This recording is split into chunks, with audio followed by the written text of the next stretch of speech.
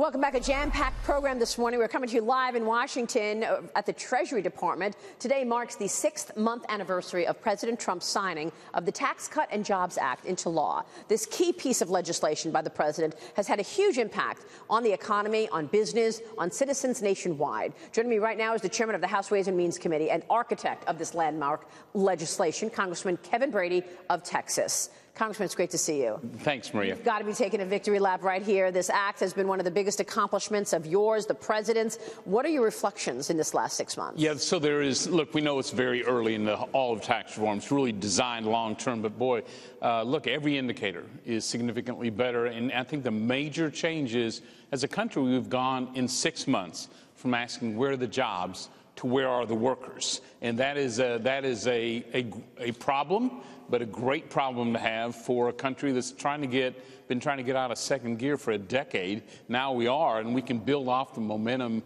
of tax reform. It's true, James. We just saw the numbers, 7 million openings in terms of jobs right now, and you don't have the people to fill those roles. Yeah, and you know, we've been seeing so much lately about illegal immigration. Obviously, a lot of controversy on the border, but what about legal immigration, whether it's people who want to come here to be new Americans or they just want to be here temporarily to fill seasonal jobs? Is there an appetite in the Congress to say, let's have legal immigration and more of it? I think there is, and for a lot of reasons, but mainly because you look both short and long term, if we want to maximize the growth of one of the more competitive tax codes on the planet now, we need more customers, that's trade. We need more workers, and we think sort of an all of the above strategy. Let's get immigration policy right, whether it's guest workers at the ag level or high-tech workers at the higher skill levels. We need to get workforce better than we do today, and Ways and Means has already moved on welfare reform. We've got 1 million,